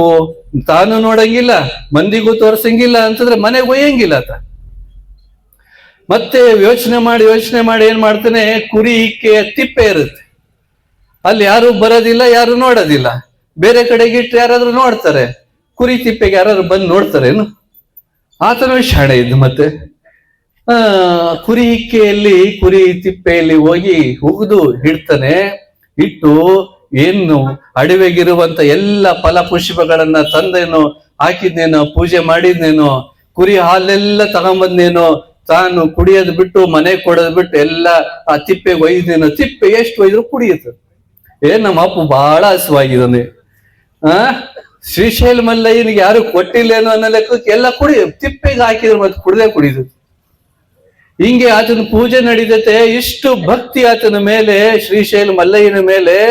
ಆದ್ರೆ ಆತ ಸಾಕ್ಷಾತ್ ಲಿಂಗ ಅಂತ ಪೂಜೆ ಮಾಡ್ತಾ ಇರ್ತಾನೆ, ಒಳಗಿರೋದು ಕುರಿ ಹಿಕ್ಕೆ ಅಂತ ಗೊತ್ತಿರೋದಿಲ್ಲ ಬಂಧುಗಳೇ. ಅವರಪ್ಪ ಒಂದ್ಸರಿ ಹೇಳ್ತಾನೆ, 2 ಸರಿ ಹೇಳ್ತಾನೆ, ಎಲೆ ಹುಚ್ಚ, ಅದು ತಿಪ್ಪೆಗೆ ಯಾರಾದ್ರೂ ಪೂಜೆ ಮಾಡ್ತಾರೇನೋ, ತಿಪ್ಪೆಗೆ ಹಾಲಾಗ್ತಾರೇನೋ, ದಡ್ಡಿದೀಯ ನೀನು ಅಂತಂದ್ಬಿಟ್ಟು ಕುರಿ ಹಿಕ್ಕೆಯ ತಿಪ್ಪೆಯನ್ನ ಕೆದರೋದಕ್ಕೆ ಹೋಗುವಂತ ಸಂದರ್ಭದಲ್ಲಿ ಅಪ್ಪನನ್ನೇ ಇಷ್ಟು ಮೈ ಮರೆತಿರ್ತಾನೆ ದೇವರಲ್ಲಿ. ಅಪ್ಪನ ಆ ಅವಮಾನವನ್ನ, ಅಪ್ಪ ಮಾಡೋ ಅವಮಾನವನ್ನ ಸಹಿಸ್ಕೊಳಕ್ಕಾಗ್ದೇನೆ ಅಪ್ಪನನ್ನೇ ಏನು ಹೊಡೆಯೋ ಹೋಗುವಂತ ಸಂದರ್ಭದಲ್ಲಿ ಸಾಕ್ಷಾತ್ ಶಿವ ದರ್ಶನವನ್ನ ಕೊಟ್ಟು ಏನು ಗೊಲ್ಲಾಳೇಶ್ವರನಿಗೆ ಆಶೀರ್ವಾದವನ್ನ ಮಾಡ್ತಾನೆ, ತಂದೆಗೂ ಒಂದು ದರ್ಶನವನ್ನ ಕೊಡ್ತಾನೆ ಅಂತ ನಾವು ಕೇಳಿದೀವಿ, ಹೌದಿಲ್ಲ? ಹಂಗಾಗಿ ದೇವರು ಜಾತಿ ನೋಡಲ್ಲ. ದೇವರು ನೀವೇನ್ ಕೊಡ್ತೀರಿ ಅದನ್ನ ನೋಡೋದಿಲ್ಲ, ನೀವೆಷ್ಟು ಕೊಡ್ತೀರಿ ಅದನ್ನ ನೋಡೋದಿಲ್ಲ, ನೀವು ವಯಸ್ಸು ನೋಡೋದಿಲ್ಲ. ಮುದುಕರಾಗಿದ್ದೀವಿ, ನಮ್ದೇನ್ ಆಯ್ತಪ್ಪ ಅಂತಂದ್ಬಿಟ್ಟು ಮತ್ತೆ ಕುಡ್ದು ಮತ್ತೆ ಮಲಿಕೊಳ್ಳೋದೆ. ನಮ್ಮಲ್ಲಿ ಬಹಳ ಮಂದಿ ನೀನ್ ಮಾಡಪ್ಪ, ನೀನು ನಂದು ವಯಸ್ಸಾಗೈತೆ, ಮತ್ತೆ ಸುಟ್ಟ ಸೇದದೆ, ಮತ್ತೆ ಕುಡಿಯದೆ. ಮತ್ತೆ ಹಂಗಲ್ಲಪ್ಪ, ವಯಸ್ಸಾದಾಗೂ ಸಹಿತನ ನೀವು ದೇವ್ರ ಮೇಲೆ ನಿಷ್ಠೆ ಇಲ್ಲ, ಧರ್ಮದ ಕಡೆಗೆ, ತ್ಯಾಗದ ಕಡೆಗೆ ಭಾವನೆ ಇಲ್ಲ ಅಂತಂದ್ರೆ ನಿನ್ನದೆಂತ ಜನ್ಮನಪ್ಪ. ಎಲ್ಲಾ ಮಾಡಿದ್ಮೇಲೂ ಸಹಿತನ ಧರ್ಮದ ಕಡೆಗೆ ಮನಸ್ಸು ಬರ್ಬೇಕಾ? ಹಾಗಾಗಿ ನೀವೆಲ್ಲ ಇಲ್ಲಿ ಹಿರಿಯರಿದ್ದೀರಿ. ದೇವರು ನಮಗೆ ದೂರ ಅಲ್ಲ, ದೇವರು ಯಾರಿಗೂ ದೂರ ಅಲ್ಲ, ತಾಯಿಯಷ್ಟೇ ಸಮೀಪ ಅಂತಂದ್ಬಿಟ್ಟು ಎಲ್ಲ ಧರ್ಮ ಗ್ರಂಥಗಳು ಹೇಳ್ತಾವ ಬಂಧುಗಳೇ. ಮನುಷ್ಯನ ಜನ್ಮ ಬಹಳ ಶ್ರೇಷ್ಠವಾದ್ದು. ಈ ಜನ್ಮದನ್ನ ಬರೀ ದುಡ್ದೆ, ಯಾರಿಗೂ ಮೋಸ ಮಾಡದೆ, ಯಾರಿಗೂ ತಂದೆ ಹಾಕದೆ ಅಂತ ಅನ್ನೋದಲ್ಲ, ದೇವರಿಗೆ ಸ್ವಲ್ಪ ಸಮಯವನ್ನ ಅರ್ಪಿಸ್ಕೊಡ್ಬೇಕು, ನಮ್ಮ ಜೀವನ ಸಾರ್ಥಕ ಅಂತ ಹೇಳಿ ಈ ಹೇಳೋದಕ್ಕೋಸ್ಕರ ಈ ಯಾತ್ರೆಯನ್ನ. ದೇವರ ಮೇಲೆ ಮೊದಲಿಗೆ ಭಕ್ತಿ, ಎರಡನೇದು ಹಾಲು ಮತ ಧರ್ಮ, ತಂದೆ ತಾಯಿಗಳಿಗೆ ಗೌರವಿಸುವಂತಹ ಧರ್ಮ. ಯಾಕೆಂದ್ರೆ ಪಾರ್ವತಿಯ ಎದೆ ಹಾಲಿನಿಂದ ಜನಿಸಿದಂತಹ ಮುದ್ದುಗೊಂಡನಿಂದ ಬಂದಿರುವಂತಹ ಪರಂಪರೆ. ತಾಯಿ ಮೊದಲನೇ ಸಂತತಿ ಅಂತಂದ್ರೆ ಶಿವನೇ ಕುರುಬ. ಈ ಕುರಿಯನ್ನ ಯಾರು ಕಾಯ್ತಾರೆ ಜಗತ್ನಾಗೆ? ಫಸ್ಟ್ ಈ ಭೂಮಿ ಮೇಲೆ ಕುರಿಯನ್ನ ಕಾದಾತ ಯಾರಪ್ಪ ಅಂದ್ರೆ ಶಿವ ಪಾರ್ವತಿಯರು. ಆ ಶಿವ ಪಾರ್ವತಿಯರ ಸಂತತಿನೇ ಇಡೀ ಮನುಕುಲ, ಇಡೀ ಭಾರತ ದೇಶದ ಮನುಕುಲ, ಕುರುಬ್ರಷ್ಟೇ ಅಲ್ಲ. ಹಾಗಾಗಿ ಶಿವಪಾರ್ವತಿ, ನಮ್ಮ ಪೂರ್ವಜರೇ ಶಿವಪಾರ್ವತಿಯ ವಂಶದವರು. ಈ ಹಿನ್ನೆಲೆಯಲ್ಲಿ ಮನೆಗಿರೋ ತಂದೆ ತಾಯಿನೇ ನಮಗೆ ದೇವರು. ತಾಯಿಯ ಸಂಸ್ಕೃತಿ ನಮ್ದು ಮಾತೃ ಪ್ರಧಾನ ಸಂಸ್ಕೃತಿ. ತಾಯಿಯನ್ನ ಕನಿಷ್ಠ ಮಾಡಕ್ ಹೋಗ್ಬೇಡ್ರಿ. ಈ ದೇಶದಲ್ಲಿ ವಲಸೆ ಬಂದಂತಹ ಧರ್ಮ ಪುರುಷ ಪ್ರಧಾನ ವ್ಯವಸ್ಥೆಯನ್ನ ಇಲ್ಲಿ ಕಟ್ಟೈತೆ. ಹೆಣ್ಮಕ್ಳನ್ನ ಶೂದ್ರರು, ಇನ್ನಿತರ ಜಾತಿಯವರು ಶೂದ್ರರು ಅಂತ ಹೇಳೈತೆ. ಆದ್ರೆ ನಮ್ಮ ಹಾಲು ಮತ ಧರ್ಮದಲ್ಲಿ, ಭಾರತೀಯ ಸಂಸ್ಕೃತಿಯಲ್ಲಿ ಅದಿಲ್ಲ. ನೀವು ಒಂದ್ಸರಿ ನೀವು ನೋಡ್ರಿ, ಪುರಾಣ ಮೈಲಾರಲಿಂಗನಿಗೆ ಹೋಗ್ತೀರಿ, ಪೂಜೆ ಪುನಸ್ಕಾರಗಳನ್ನ ನೋಡ್ತೀರಿ, ಅಲ್ಲಿ ಫೋಟೋಗಳನ್ನ ನೋಡ್ತೀರಿ. ಫೋಟೋದಲ್ಲಿ ಮೈಲಾರಲಿಂಗನ ಜೊತೆಗೆ ರಾಕ್ಷಸರ ಸಂಹಾರಕ್ಕೋಸ್ಕರ ಕುದುರೆ ಮೇಲೆ ಯಾರು ಕುಂತಿದ್ದಾರೆ? ಹೆಂಡತಿ ಕುಂತಿದ್ದಾಳೋ ಇಲ್ಲ? ಗಂಗಮಾಳಮ್ಮ ನೋಡಿದ್ರಿಲ್ಲ? ಸಾವಿರಾರು ವರ್ಷಗಳ ಹಿಂದೆನೆ ಭಗವಂತ ಅವತಾರ ಮಾಡಿದಾಗ ತನ್ನ ಪತ್ನಿಯೊಂದಿಗೆನೆ ಬದುಕಿನಲ್ಲಿ, ಯುದ್ಧದಲ್ಲಿ, ಹೋರಾಟದಲ್ಲಿ, ಎಲ್ಲದರಲ್ಲೂ ಕುರಿ ಸಾಕಾಣಿಕೆಯಲ್ಲಿ ನಿಮ್ಮ ಹೆಣ್ಮಕ್ಳುಗಳು ಪೂರ್ವಜರೆಲ್ಲ ಕುರಿ ಸಾಕಾಣಿಕೆನೂ ಮಾಡಿದರೆ, ಈ ಕಡೆಗೆ ಮನೆ ಕೆಲಸನೂ ಮಾಡಿದರೆ, ಹೊಲದ ಕೆಲಸನೂ ಮಾಡಿದರೆ. ಇಲ್ಲೋ ಏನನ್ನು ಬೇರೆ ಧರ್ಮದವ್ರ ರೀತಿಯಲ್ಲಿ ಮನೆಗಷ್ಟೇ ಸೀಮಿತ ಅಂತಂದ್ಬಿಟ್ಟು ಶೂದ್ರರು ಅಂತ ನಮ್ಮಲ್ಲಿ ಕಲ್ಪನೆ ಐತೇನೋ? ಇಲ್ಲ. ಹಾಗಾಗಿ ಹೆಣ್ಣು ಮಕ್ಕಳಿಗೆ ಸಮಾನತೆ ಕೊಟ್ಟಂತಹ, ಹೆಣ್ಣು ಮಕ್ಕಳನ್ನ ದೇವತೆಯ ಸ್ಥಾನದಲ್ಲಿ ಕೊಟ್ಟು ಪೂಜಿಸುವಂತಹ ನಮ್ಮ ಧರ್ಮದಲ್ಲಿ ಹೆಣ್ಣು ಮಕ್ಕಳಿಗೆ, ತಾಯಿಗೆ ಅವಮಾನ ಮಾಡಕ್ ಹೋಗ್ಬೇಡ್ರಿ. ತಂದೆ ತಾಯಿಗೆ ಪೂಜೆ ಮಾಡುವಂಥದ್ದು, ಏನೋ ಗೌರವಿಸುವಂಥದ್ದು, ಅವರ ಋಣದಲ್ಲಿ ಇರ್ತಕ್ಕಂತಹ ಒಂದು ಸಂಪ್ರದಾಯವನ್ನ ನೀವು ಬೆಳೆಸ್ಕೋಬೇಕು. ಇದರ ಜೊತೆಗೆ ನಮ್ಮ ಪುರಾಣಗಳನ್ನ ಕೇಳ್ಬೇಕು. ಮಾಳಿಂಗರಾಯನ ಪುರಾಣ ಇರ್ಲಿ, ಬೀರಲಿಂಗೇಶ್ವರನ ಪುರಾಣ ಇರ್ಲಿ, ಮೈಲಾರಲಿಂಗನ ಪುರಾಣ, ರೇವಣಸಿದ್ಧನ ಪುರಾಣ, ಇಲ್ಲೆಲ್ಲ ಗುರುಗಳು ಕುಂತಿದ್ದಾರೆ. ರೇವಣಸಿದ್ಧ ನಾವು ಯಾರ್ಯಾರೋ ಸಮಾನತೆಯನ್ನ ಕೊಟ್ಟಿದ್ದಾರೆ. ಸಮಾನತೆಯನ್ನ ಸಾರುವಂತಹ ಧರ್ಮ ಹಾಲು ಮತ ಧರ್ಮ. ಇದಕ್ಕೆ ಸಾಕ್ಷಿ ರೇವಣಸಿದ್ದೇಶ್ವರರು. ರೇವಣಸಿದ್ದೇಶ್ವರರು 11ನೇ ಶತಮಾನದಲ್ಲಿ ಎಲ್ಲಾ ಜಾತಿ ಜನಾಂಗದವರಿಗೆ, ಕುಲ 18 ಜಾತಿಯವರಿಗೆ ಮಠವನ್ನ ಕಟ್ಟಿ ಗುರುಗಳನ್ನ ಮಾಡಿ ಎಲ್ಲಾ ಜಾತಿ ಜನಾಂಗದವರಿಗೆ ಧಾರ್ಮಿಕ ಸ್ವಾತಂತ್ರ್ಯವನ್ನ ಕೊಟ್ಟು ಈ ಜಗತ್ತಿನಲ್ಲಿ ಸಮಾನತೆಯನ್ನ ಸಾರಿದಂತ ಮೊದಲನೇ ಪುರುಷ ರೇವಣಸಿದ್ದೇಶ್ವರ. ನೀವು ಕೊಲ್ಲಿಪಾಕಿಯಲ್ಲಿ ಸಮೀಪ ಬೇಕಿದ್ರೆ ನೀವು ಹೋಗಿ ನೋಡ, ಎಲ್ಲಾ ಮಠಗಳು ಅಲ್ಲಿ ಇದಾವೆ. ಎಲ್ಲಾ ಜಾತಿಯ ಮಠಗಳು 10-11ನೇ ಶತಮಾನದಲ್ಲಿ ಕಟ್ಟಿದ್ದಾರೆ. ಇಂಥ ಶಕ್ತಿ ನಿಮಗೆ ಗೊತ್ತಿರಬೇಕು. ಈ ಒಂದು ಏನು ಧಾರ್ಮಿಕ ವ್ಯವಸ್ಥೆಯ ಬಗ್ಗೆ ನಮಗೆ ಕಲ್ಪನೆ ಇರಲಿಲ್ಲ ಅಂತಂದ್ರೆ ನಮಗೆ ಕೀಳರಿಮೆ ಬರ್ತತೆ. ಕೀಳರಿಮೆಯನ್ನ ಬಿಟ್ಟು ಏನು ಮನುಷ್ಯನ ಜೀವನದ ಸಾರ್ಥಕತೆಯ ಕಡೆಗೆ ನಾವು ಹೋಗ್ಬೇಕಾಗಿದೆ. ಇದರ ಜೊತೆಗೆ ಇವತ್ತು ಸಮಾಜದಲ್ಲಿ ನಾವು ಜೀವನ ಮಾಡ್ತೀವಿ, ಹಲವಾರು ಜಾತಿ ಜನಾಂಗದವ್ರ ನಡುವೆ ಜೀವನ ಮಾಡ್ತೀವಿ. ನಮ್ಮ ಬಹುತೇಕ ಹಲವಾರು ಸಮುದಾಯಗಳಿಗೆ ಇವತ್ತಿನವರೆಗೆ ಜಾತಿಗೆ ತಕ್ಕಂತೆ ರಾಜಕೀಯ ಸ್ಥಾನಮಾನಗಳು ಸಿಕ್ಕಿಲ್ಲ. ಕೇವಲ ಕುರುಬರಿಗಷ್ಟೇ ಅಲ್ಲ, ಹಲವಾರು ಸಮುದಾಯದವರಿಗೆ ಇವತ್ತು ಮೀಸಲಾತಿ ಬಂದೈತೆ ಅಂತಂದ್ಬಿಟ್ಟು ನಾಯಕ ಜನಾಂಗದವರು, ಬೇಡ ಜನಾಂಗದವರು ಇವತ್ತು ಮೀಸಲಾತಿಯ ಹಿನ್ನೆಲೆಯಲ್ಲಿ ಸ್ಥಾನಮಾನಗಳನ್ನ ಪಡೆದಿದ್ದಾರೆ. ಮೀಸಲಾತಿನೇ ಇರಲಿಲ್ಲ ಅಂದ್ರೆ ಅವ್ರನ್ನು ಸಹಿತ ಮತ್ತಷ್ಟು ಕನಿಷ್ಠವಾಗಿರ್ಬೇಕಾದಂತ ಪರಿಸ್ಥಿತಿ ಬಂದಿತ್ತು. ಹೀಗಾಗಿ ರಾಜಕೀಯ ಸ್ಥಾನಮಾನವನ್ನ ಪಡೆಯೋದಕ್ಕೋಸ್ಕರನ ನೀವು ಸಮುದಾಯದಲ್ಲಿರುವಂತಹ, ಇಲ್ಲಿ ಯಾರೋ ಗ್ರಾಮ ಪಂಚಾಯಿತಿ ನಿಂದಿರ್ತಾರೆ, ಯಾರು ತಾಲೂಕ್ ಪಂಚಾಯಿತಿ ನಿಂದಿರ್ತಾರೆ, ಯಾರು ಜಡ್ಪಿ ನಿಂದಿರ್ತಾರೆ, ಯಾರೋ ಎಲ್ಲೋ MLA ನಿಂದಿರ್ತಾರೆ. ನನಗೆ ಸಂಬಂಧ ಇಲ್ಲ ಅಂತ ಅಂದ್ಬಿಟ್ಟು ಮತ್ತೆ ಮನೆಗೆ ಕುಂತ್ರೆ ನಿಮ್ಮ ಕಷ್ಟಗಳನ್ನ ಯಾರೂ ಪರಿಹರಿಸೋದಿಕ್ಕೆ ಬರೋದಿಲ್ಲಪ್ಪ. ನಿಮ್ಮ ಅಣ್ಣ ತಮ್ಮದಿರನೇ ನಿಮ್ ಕಷ್ಟ ಪರಿಸೋದಿಕ್ಕೆ ಬರೋದು. ಏನು ಕೆಟ್ಟ ಸಂದರ್ಭದಲ್ಲಿ ಅಣ್ಣ ತಮ್ಮದಿರನೇ ಬರೋದು. ಹಾಗಾಗಿ ಯಾರು ರಾಜಕೀಯದಲ್ಲಿ ಬೆಳೀತಾರೆ, ಯಾರು ವ್ಯವಹಾರದಲ್ಲಿ ಬೆಳೀತಾ ಇದ್ದಾರೆ, ಯಾರು ಸಂಘಟನೆಯಲ್ಲಿ ಬೆಳೀತಾ ಇದ್ದಾರೆ, ಅವರ ಜೊತೆಗೆ ನಿಲ್ಲುವಂತಹ ಕೆಲಸವನ್ನ ನಾವು ಮಾಡಲೇಬೇಕಾಗಿದೆ. ನಾವು ಇವತ್ತು ನಮ್ಮ ದುಡಿಮೆ ನಮ್ಮ ಬದುಕು ಇಲ್ಲ. ನಿಮ್ಮ ದುಡಿಮೆ ನಿಮ್ಮ ಬದುಕಿನ ಜೊತೆಗೆ ರಾಜಕೀಯ ಶಕ್ತಿ. ಇವತ್ತು ಸಿದ್ದರಾಮಯ್ಯನವರು ಆಗಿದ್ದಾರೆ ಮುಖ್ಯಮಂತ್ರಿಗಳು, ಮತ್ತೊಬ್ರು ಇಲ್ಲಿ ಯಾರು ಜನಪ್ರತಿನಿಧಿಗಳಾಗಿದ್ದಾರೆ ಅಂತಂದ್ಬಿಟ್ಟು ನೀವು ಸ್ವಲ್ಪ ಕಷ್ಟ ಸುಖ ಇದ್ದಾಗ ಓಡೋಗಿ ಕೇಳ್ತೀರಿ, ಮಾತಾಡ್ತೀರಿ. ಬೇಕಿರ್ಲಾರ್ದವ್ರು, ನಿಮ್ಮನ್ನ ಹಚ್ಕೊಂಡ್ಲಾರ್ದವ್ರು, ನಿಮ್ಮನ್ನ ಶೂದ್ರರು ಅಂತ ತಡೆಯೋರು, ನಿಮ್ಮನ್ನ ಕಪ್ಪು ಜನಾಂಗ ಅಂತ ಕರಿಯೋಂಥವ್ರ ಹತ್ರ ನೀವು ಕೆಲಸ ಕಾರ್ಯಗಳನ್ನ ಕೇಳೋದಿಕ್ಕೆ ಸಾಧ್ಯ ಆಗುತ್ತೇನು? ಆಗಕ್ ಸಾಧ್ಯ ಇಲ್ಲ. ಈ ಹಿನ್ನೆಲೆಯಲ್ಲಿ ಸಮಾಜದಲ್ಲಿ ಒಂದ್ ಕಡೆಗೆ ಧರ್ಮದಲ್ಲಿ, ಮತ್ತೊಂದ್ ಕಡೆಗೆ ಸಮಾಜದಲ್ಲಿ ಚೆನ್ನಾಗಿರ್ಬೇಕು ಅಂತಂದ್ರೆ ಸಂಘಟನೆ ಬಹಳ ಮುಖ್ಯ. ಹಾಗಾಗಿ ನಿಮ್ಮ ತಾಲೂಕಿನಲ್ಲಿ, ನಿಮ್ಮ ಜಿಲ್ಲೆಯಲ್ಲಿ ಯಾರೇ ಜನಪ್ರತಿನಿಧಿಗಳಾಗೋದಕ್ಕೆ ಪ್ರಯತ್ನವನ್ನ ಮಾಡ್ತಾರೆ ಅಂದಾಗ ಅವರ ಜೊತೆಗೆ ನಿಲ್ಲುವಂತಹ ಧರ್ಮ ನಿಮ್ಮೆಲ್ಲರದು ಆಗಬೇಕು ಅನ್ನುವಂತಹ ಮಾತನ್ನ ಹೇಳೋದಕ್ಕೋಸ್ಕರ ಈ ಯಾತ್ರೆ ಬಂದಿರತಕ್ಕಂಥದ್ದು. ಒಂದು ಕಡೆಗೆ ಧರ್ಮ, ಇನ್ನೊಂದು ಕಡೆಗೆ ರಾಜಕೀಯ, ಇನ್ನೊಂದು ಕಡೆಗೆ ಶಿಕ್ಷಣದ ಬಗ್ಗೆ ಈಗೆಲ್ಲ ಹೇಳಿದ್ರು. ನೀವು ಹಳ್ಳಿಗೆ ಇಲ್ಲೇ ಬಳ್ಳಾರಿ ಸಮೀಪ ಐತೆ. ಬಳ್ಳಾರಿ ಸಮೀಪ ಇದ್ರೂ ಸಿರುವಾರದಲ್ಲಿ ಅಂತ ವಿದ್ಯಾವಂತರ ಮುಖಗಳು ನಾವು ಕಾಣ್ತಾನೆ ಇಲ್ಲ. ಗಂಡು ಮಕ್ಕಳು ಹೆಣ್ಮಕ್ಳಲ್ಲಿ 5 ಕಿಲೋಮೀಟರ್ 6 ಕಿಲೋಮೀಟರ್ ಐತಿ. ವಿದ್ಯೆ, ಎಲ್ಲ ರೀತಿಯ ವಿದ್ಯೆ ಸಿಗುತ್ತೆ. ನಿಮಗೆ ಗೊತ್ತಿರ್ಲಿ, ನಿಮ್ಮ ಆಸ್ತಿ 10 ಎಕರೆ ಇರ್ಲಿ, 50 ಎಕರೆ ಇರ್ಲಿ, 100 ಕುರಿ 200 ಕುರಿ ಇರ್ಲಿ, ನೀನು ಮಗ ದೊಡ್ಡವನಾದ್ಮೇಲೆ ಅವೇ ಆಸ್ತಿ ಅಂತ ಏನಾದ್ರು ತಿಳ್ಕೊಂಡ್ರೆ, ನೀವು ಹೊಲ ಇದ್ದಲ್ಲಿಗೆ ಮಗ ಬರ್ಬೇಕಾಗುತ್ತೆ, ಕುರಿ ಇದ್ದಲ್ಲೇ ಮಗ ಇರ್ಬೇಕಾಗುತ್ತೆ. ಆದ್ರೆ ಜಗತ್ತಿನ ಜ್ಞಾನವನ್ನ, ಶಿಕ್ಷಣವನ್ನ ಕೊಟ್ರೆ ಎಂತ ಬದಲಾವಣೆ ಆಗುತ್ತೆ ಅಂತಂದ್ರೆ, ನಿಮಗೆ ಗೊತ್ತಿರ್ಲಿ, ಆ ಕುರಿ ಇಲ್ದಿದ್ರೇನು, ಹೊಲ ಇಲ್ದಿದ್ರೇನು.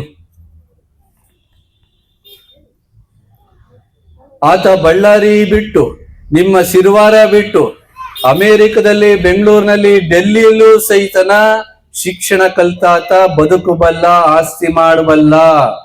ಯಾಕೆ ಅಂದ್ರೆ ಆತನಿಗೆ ಪ್ರಜ್ಞೆ ಇರ್ತೈತೆ, ಶಿಕ್ಷಣದಲ್ಲಿ ಅಷ್ಟು ಶಕ್ತಿ ಐತಿ. ಶಿಕ್ಷಣ ಇರ್ಲಿಲ್ಲ ಅಂತಂದ್ರೆ ಯಾರಿಗ್ಯಾರೋ ಮೋಸ ಮಾಡ್ತಾರೆ. ಅಣ್ತಂದಿರೇ ಬಿಡೋದಿಲ್ಲ, ಅಣ್ತಂದಿರೇ ಬಿಡೋದು. ನಿಮ್ಮಲ್ಲಿ ನೋಡ್ತಿರತ್ತಲ್ಲ, ಸ್ವಲ್ಪ ಮಗ ತಮ್ಮ ಸುಮಾರು ಇದ್ದ ಅಂತಂದ್ರೆ ಅಣ್ಣನೇ ಆತನ ಆಸ್ತಿ ಲಪ್ಟಾಯಿಸ್ಬಿಡ್ತಾನೆ. ಇಷ್ಟು ಸ್ವಾರ್ಥಿ ಮನುಷ್ಯ. ಹಂಗಾಗಿ ಪ್ರತಿಯೊಬ್ಬರು ಶಿಕ್ಷಣವಂತರಾಗಬೇಕು, ಪ್ರತಿಯೊಬ್ಬರೂ ಸಹಿತನ ತಮ್ಮ ಹಕ್ಕುಗಳ ಬಗ್ಗೆ ಪ್ರಜ್ಞೆಯನ್ನ ಹೊಂದಬೇಕು. ಇದಕ್ಕೋಸ್ಕರನೇ ಎಲ್ಲರನ್ನು ಶಿಕ್ಷಣವಂತರಾಗಬೇಕು, ಸಂಸ್ಕೃತಿವಂತರಾಗಬೇಕು, ರಾಜಕೀಯ ಸ್ಥಾನಮಾನಗಳನ್ನ ಪಡಿಬೇಕು. ಇದರ ಜೊತೆಗೆ ಇವತ್ತು ಗಿಡಗಳನ್ನು ತಂದಿದ್ದೀನಿ ಬಂಧುಗಳೇ. ಗಿಡಗಳು, ನಾವು ಎಷ್ಟೇ ರೊಕ್ಕ ಇರ್ಲಿ, ಆರೋಗ್ಯ ಬೇಕು ಅಂತಂದ್ರೆ ಪರಿಸರ ಮುಖ್ಯ. ಇವತ್ತು ಹಿಂದಿನ ಕಾಲದಲ್ಲಿ ನೀರು ರೊಕ್ಕ ಕೊಟ್ಟು ಕುಡಿತಾರೆ ಅಂತಂದ್ರೆ ಹಳ್ಳಿ ಮಂದಿ ನಗ್ತಿದ್ರು, ನಗ್ತಿದ್ರು. ರೊಕ್ಕ ಕೊಟ್ಟು ನೀರ್ ಕುಡಿತಾರೆ ಅಂದ್ರೆ ನಗ್ತಿದ್ವಿ ನೀವೇನೆ. ಇವತ್ತು ಮನೆಗೂ ಸಹಿತನ ರೊಕ್ಕ ಕೊಟ್ಟು ನೀರ್ ಕುಡಿತಾರೆ. ನೀವು ರೈತರಿದ್ದೀರಿ, ನಿಮಗೆಲ್ಲರಿಗೂ ಜವಾಬ್ದಾರಿ ಬೇಕು. ನನ್ನ ಮಗ ಮುಂದಿನ ದಿನಗಳಲ್ಲಿ ಬೆನ್ನಿಂದೆ ಸಿಲಿಂಡರ್ ಇಟ್ಕೊಂಡು, ಮೂಗಿಗೆ ಕವಚ ಹಾಕೊಂಡು ಒಳ್ಳೆ ಗಾಳಿ ಬೇಕು ಅಂತಂದ್ಬಿಟ್ಟು ರೊಕ್ಕ ಕೊಟ್ಟು ಗಾಳಿ ಕುಡಿಯಂಗ ಆಗ್ಬಾರ್ದು. ಮಳೆ ಬೆಳೆ ಇವತ್ತು ಸರಿಯಾದ ಸಮಯಕ್ಕೆ ಬರ್ತಾ ಇಲ್ಲ. ಅದಕ್ಕೆ ಕಾರಣ ದೇವರ ಶಾಪ ಅಲ್ಲ, ಮನುಷ್ಯ ಮಾಡ್ಕೊಂಡಿರೋ ಅನಾಹುತ. ಹಾಗಾಗಿ ಗಿಡ ಮರ ಎಲ್ಲಿರ್ತವೆ ಅಲ್ಲಿ ಅಂತರ್ಜಲ ಹೆಚ್ಚುತ್ತೆ, ಅಲ್ಲಿ ಮಳೆ ಸಕಾಲಕ್ಕೂ ಬರ್ತೈತೆ, ಅಲ್ಲಿ ಒಳ್ಳೆ ಗಾಳಿ ಸಿಗುತ್ತೆ. ಈ ಹಿನ್ನೆಲೆಯಲ್ಲಿ ಪರಿಸರದ ಬಗ್ಗೆ ಜಾಗೃತಿಯನ್ನ ನಾವೆಲ್ಲರೂ ಸಂಸ್ಕೃತಿವಂತರಾದ್ರೆ ಮನುಷ್ಯ ಕುಲದಲ್ಲಿ ಗೌರವ, ಪರಿಸರ ಇದ್ರೆ ಆರೋಗ್ಯಕ್ಕೆ ಅನುಕೂಲ ಆಗುತ್ತೆ ಅನ್ನೋ ಕಾರಣಕ್ಕೋಸ್ಕರ ನಾನು ಗಿಡವನ್ನ ಸುಮಾರು 20 ವರ್ಷದಿಂದ ಈ ಕಾರ್ಯಕ್ರಮ ಮಾಡ್ಕೊಂಡು ಬಂದಿರ್ತಕ್ಕಂಥದ್ದು. ಸುಮಾರು 5 ವರ್ಷ ನನಗೆ ಆರಾಮಿರ್ಲಿಲ್ಲ. ನಾನು ಹೇಳಿದ್ರಲ್ಲ, ನನಗೆ ಒಂದಲ್ಲ ಕಿಡ್ನಿ, 2 ಸರಿ ಕಿಡ್ನಿ ಆಪರೇಷನ್ ಆಗಿರೋದು. ಇಬ್ರು, ಎತ್ತು ತಾಯಿ ಒಂದ್ಸರಿ ಕೊಟ್ರೆ ಒಬ್ರು ಭಕ್ತರು ಕಿಡ್ನಿ ಕೊಟ್ಟಿರ್ತಕ್ಕಂಥದ್ದು. ಕಿಡ್ನಿಗಳನ್ನ ಹಾಕಿಸ್ಕೊಂಡು ಮತ್ತೆ ನಿಮ್ಮ ನಡುವೆ ಬಂದಿದ್ದೀನಿ. ನೀವು ಮೆರವಣಿಗೆ ನಡ್ರಿ. ಬಹಳ ಹೊತ್ತು ನಾವು ಮೆರವಣಿಗೆಗೂ ಇರಂಗಿಲ್ಲ, ಸಭೆ ಸಮಾರಂಭಗಳಲ್ಲೂ ಅವಕಾಶನೇ ಇಲ್ಲ. ಮತ್ತೆ ಕಿಡ್ನಿ ನೋವಾಯ್ತಂದ್ರೆ ಹಾಕ್ಸಕ್ಕೆ ಅವಕಾಶಗಳೇನೇ ಇಲ್ಲ. ಹಾಗಾಗಿ ನಮ್ಮ ಕಳಕಳಿ ಏನು ಅಂತಂದ್ರೆ, ನಿಮ್ಮ ಧರ್ಮ ಭಂಡಾರ ಏನೈತಿ, ಭಂಡಾರ ಬಿಡಕ್ ಹೋಗ್ಬೇಡ. ಯಾರೋ ಮುಸಲ್ಮಾನರು ನೀವು ನೋಡ್ಬೇಕು, ಮುಸಲ್ಮಾನರು ಗಡ್ಡ ಬಿಡ್ಕೊಂಡು ಟೋಪಿ ಹಾಕೊಂಡು ತಮ್ಮ ಧರ್ಮ ಏನೋ ಶುಕ್ರವಾರ ಬಂತು ಅಂದ್ರೆ ನಮಾಜ್ ಮಾಡ್ತಾರೆ, ತಮ್ಮ ಮಕ್ಕಳನ್ನ ಕರ್ಕೊಂಡು ಹೋಗ್ತಾರೆ. ಆಯ್ತವಾರ ಬಂತು ಅಂತಂದ್ರೆ, ಸೋಮವಾರ ಬಂತು ಅಂದ್ರೆ ವೀರಶೈವರು ಲಿಂಗಪ್ಪನ ಪೂಜೆ ಮಾಡ್ತಾರೆ, ಸ್ನಾನ ಮಾಡ್ತಾರೆ, ಬಸವಣ್ಣನ ಗುಡಿಗೆ ಹೋಗ್ತಾರೆ. ಬ್ರಾಹ್ಮಣರು ದಿನನಿತ್ಯ ಸಂಧ್ಯಾ ವಂದನೆಗಳನ್ನ ಮಾಡ್ತಾರೆ, ತಮ್ಮ ಮಕ್ಕಳಿಗೆ 5 ಗಂಟೆಗೆ ಎಬ್ಬಿಸಿ ಶ್ಲೋಕಗಳನ್ನ ಕಳಿಸ್ತಾರೆ. ನೀವೇನು ಮಾಡ್ತಾ ಇದ್ದೀರಪ್ಪ ಅಂತ ಕೇಳೋದಕ್ಕೋಸ್ಕರ ಬಂದಿರೋದು. ನಮ್ಮ ಮಕ್ಕಳನ್ನ 8 ಗಂಟೆ ತನಕ ಮಲಗಿಸ್ತಾರ್ರಿ. ಹಿಂದಿನ ಕಾಲದಲ್ಲಿ ನಿಮ್ ತಂದೆ ತಾಯಿ ಮುತ್ತಾತ್ನವರು ಬೆಳಿಗ್ಗೆ ಎದ್ದು ಸೂರ್ಯನ ನೋಡ್ತಿರಲಿಲ್ಲ. ಸೂರ್ಯನಕ್ಕಿಂತ ಮುಂಚೆ ಹುಟ್ಟುವಂತಹ ಕುರುಬರು ಚಿಕ್ಕೆ ಅಂತ ಹೇಳ್ತಾರೆ, ಗೊತ್ತಾಯ್ತಾ? ಕುರುಬರು ಚಿಕ್ಕೆ ಅಂತ ಮೂಡುತ್ತೆ. ಅದಕ್ಕೆ ಶುಕ್ರ ಗ್ರಹ ಬೆಳಿಗ್ಗೆ 5 ಗಂಟೆಗೆ ಯಾರು ಎದ್ದು ಹೇಳ್ತೀರಿ, ಆ ಕುರುಬರು ಚಿಕ್ಕೆ ಎದ್ದು ಯಾರು ನೋಡ್ತಾರೆ ಅವರಿಗೆ ಎಲ್ಲಾ ಕೆಲಸ ಕಾರ್ಯಗಳಲ್ಲಿ ಜಯ ಅನ್ನುವಂಥದ್ದು ಶಾಸ್ತ್ರ. ಆ ಕುರುಬರು ಚಿಕ್ಕೆ, ಅದಕ್ಕೆ ಕುರುಬರು ಚಿಕ್ಕೆ ಅಂತಾರೆ. ನಾವು ಶುಕ್ರ ಗ್ರಹ ಅಂತ ಕರೀತಾರೆ. ನಾವ್ ಇವತ್ತು ಆ ಕುರುಬರು ಚಿಕ್ಕೆ ನಮ್ಮ ಮಕ್ಕಳ ಅವು ನೋಡೋದಿಲ್ಲ, ಸೂರ್ಯನೂ ನೋಡೋದಿಲ್ಲ. ಸೂರ್ಯ ಮೆತ್ತಿಗೆರದ ಮೇಲೆ ನೋಡ್ತಾವ. ಹಾಗಾಗಿ ಮಕ್ಕಳಿಗೆ ಸಂಸ್ಕಾರ ಕಲಿಸ್ರಪ್ಪ, ನಿಮ್ಮ ಧರ್ಮ ಕಲಿಸ್ರಿ. ಹೆಂಗೆ ವೀರಶೈವರು, ಹೆಂಗೆ ಮುಸಲ್ಮಾನರು, ಹೆಂಗೆ ಬ್ರಾಹ್ಮಣರು, ಜೈನರು, ಬೌದ್ಧರು ತಮ್ಮ ಧರ್ಮವನ್ನ ಮಕ್ಕಳಿಗೆ ಕಲಿಸಿ ಅವರಿಂದನ ಮುಕ್ತಿಯನ್ನ ತಂದೆ ತಾಯಿಗೆ ಯಾವ ಮುಕ್ತಿ ಅಂದ್ರೆ ಮಕ್ಕಳು ಸಂಸ್ಕಾರವಂತರಾದಾಗ್ಲೇ ಮುಕ್ತಿ, ಆಸ್ತಿವಂತರಾದ ಮುಕ್ತಿ ಅಲ್ಲ. ಸಂಸ್ಕಾರವಂತರಾದಾಗ ಮಾತ್ರನ ತಂದೆ ತಾಯಿಗಳು ನೆಮ್ಮದಿಯಿಂದ ಇರ್ತಾರೆ, ಮುಕ್ತಿ ಸಿಗುತ್ತೆ. ಹಾಗಾಗಿ ಮನೆ ಆಯ್ತವಾರ ಬಂದ್ರೆ ಮದ್ಯಪಾನ ಮಾಂಸಾಹಾರ ಮಾಡಬಾರ್ದು. ಹಾಲು ಮತಸ್ಥರು ಭಂಡಾರ ದಿನನಿತ್ಯ ಹಚ್ಚಬೇಕು.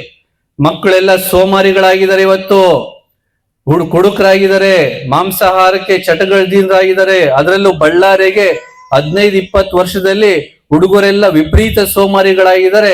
ಯಾರು 500 ರೂಪಾಯಿ ಕೊಡ್ತಾರೋ ಅವ್ರ ಮನೆ ಬಾಗ್ಲಿಗೆ ನೀವು ಹೋಗಿ ನಿಂದಿರ್ತಾರೆ, ಯಾರು 1000 ರೂಪಾಯಿ ಕೊಡ್ತಾರೆ ಅವ್ರ ಮನೆ ಬಾಗ್ಲಿಗೆ ಹೋಗಿ ನಿಂದಿರ್ತಾರೆ. ಅವ್ರಿಗೂ ಜೈ ಹೊಡಿತಾರೆ, ಇವ್ರಿಗೂ ಜೈ ಹೊಡಿತಾರೆ.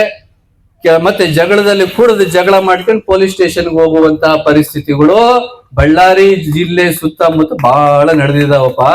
ಹಾಗಾಗಿ ಮಕ್ಕಳು ನಮ್ಮ ಮನೆತನದ ಸಂಸ್ಕೃತಿ, ಘನತೆ, ಮರ್ಯಾದೆಯ ಪ್ರತೀಕ. ಮಕ್ಕಳಿಗೆ ದುಡಿಯೋದನ್ನ ಕಲಿಸ್ರಿ. ಏನೇ ದುಡಿಯಪ್ಪ ನೀನ್ ದುಡಿ.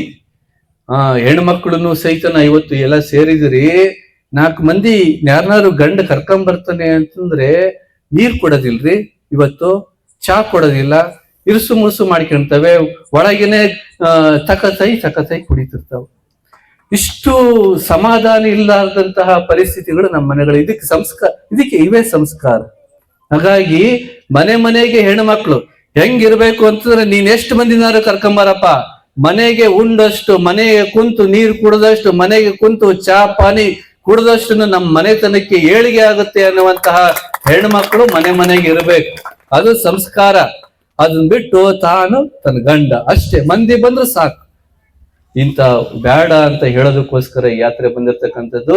ಈ ನೆಲೆಯಲ್ಲಿ ನಾವು ಸಂಸ್ಕೃತಿವಂತರಾಗೋಣ, ಪರಿಸರವನ್ನ ರಕ್ಷಣೆ ಮಾಡೋಣ ಅಂತ ಬಂದಂತ ಯಾತ್ರೆಯನ್ನ ಅಂಜನಿ ಅವರಿಗೆ ನಾನು ಹೇಳ್ದೆ ಬರ್ತೀವಪ್ಪ ಅಂತ.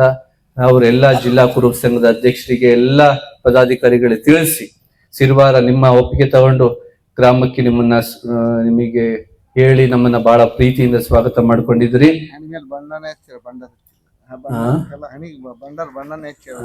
ಅದು ನೋಡ್ರಿ, ಈಗ ಇದು ಹಚ್ಚಬಾರ್ದು. ಇದು ಏನ್ ನೀವು ಹಣೆ ಮೇಲೆ ಹಚ್ಚಿದ್ರಲ್ಲ, ಅದು ಭಂಡಾರ ಅಲ್ಲ. ಅದು ಪಾಪ ರಾಮಲಿಂಗಪ್ಪನ್ ನೋಡ್ರಿ, ಹಣೆ ಮೇಲೆ ಬಹಳ ಭಕ್ತಿವಂತ, ಸೆಫ್ಟಿಕ್ ಆಗ್ಬಿಟ್ಟೈತೆ. ಅದು ಉಳ್ಕಿದಾವ ಹಚ್ಚಕ್ ಹೋಗ್ಬೇಡ್ರಿ. ಬೆಳ್ಳಿಗಿರೋದೆಲ್ಲ ವಿಭೂತಿ ಅಲ್ಲ, ಹಳದಿ ಬಣ್ಣ ಇರೋದೆಲ್ಲನ ಭಂಡಾರ ಅಲ್ಲ. ಅದೆಲ್ಲ ಕೆಮಿಕಲ್ ಮಿಕ್ಸ್ ಮಾಡಿರ್ತಾರೆ. ಮನೆಗೆ ಅರಿಶಿನ ಇರ್ತೈತೆ, ಮನೆಗೆ ಅಡಿಗೆ ಹಾಕೋ ಅರಿಶಿನ ತರ್ತಿರಲ್ಲ, ಅದೇ ಅರಿಶಿನೇ ದೇವ್ರ ಕೋಣೆಗಿಟ್ಟು ಅದನ್ನೇ ದೇವರಿಗೆ ಹಚ್ಕೋಬೇಕು, ಹಣೆಗೆ ಹಚ್ಕೋಬೇಕು. ಅದರಿಂದ ದರಿದ್ರ ನಾಶ ಆಗುತ್ತೆ, ಆರೋಗ್ಯ ಸಂಪತ್ತು ಹೆಚ್ಚುತ್ತೆ. ಜ್ಞಾನದ ಪ್ರತೀಕ ಅದು ಭಂಡಾರ. ಇಂಥ ಭಂಡಾರನ ನೀವೆಲ್ಲರೂ ದಿನನಿತ್ಯ ಧರಿಸುವಂತರಾಗ್ಲಿ ಅಂತ ಹೇಳಿ ನಮ್ಮನ್ನ ಸ್ವಾಗತ ಮಾಡಿ ಕಾರ್ಯಕ್ರಮವನ್ನು ಯಶಸ್ವಿಗೊಳಿಸಿದಂತಹ ಶಿರ್ವಾರ ಗ್ರಾಮದ ಸಮಸ್ತ ಬಂಧುಗಳಿಗೆ ದೇವರ ಕೃಪೆಯನ್ನ ಪ್ರಾರ್ಥನೆ ಮಾಡ್ತೀನಿ. ಶುಭವಾಗಲಿ. ಶಿವಾಯನು. ಧನ್ಯವಾದಗಳು ಶ್ರೀಗಳು. ಆಲ್ಮದ ಸಮಾಜದ ಶಿರ್ವಾರ ಗ್ರಾಮದ ಸುತ್ತಮುತ್ತಲ ಗ್ರಾಮದ ಎಲ್ಲರ ಒಂದು ಸಹಕಾರದಿಂದ ಅದು ಒಂದು ಸಂಘಟನೆ ಆಗಿ ಅದು ಮತ್ತೆ ಅಧಿಕಾರಿನ ಪಡೆದಲ್ಲಿ ಸಕ್ಸಸ್ ಆಯಿತು. ಆ ಲಿಂಗಮ್ಮನ ಶುಭವಾಗಲಿ ಅಂತ ಹೇಳಿ ಈ ಮೂಲಕ ವಿನಂತಿಯನ್ನ.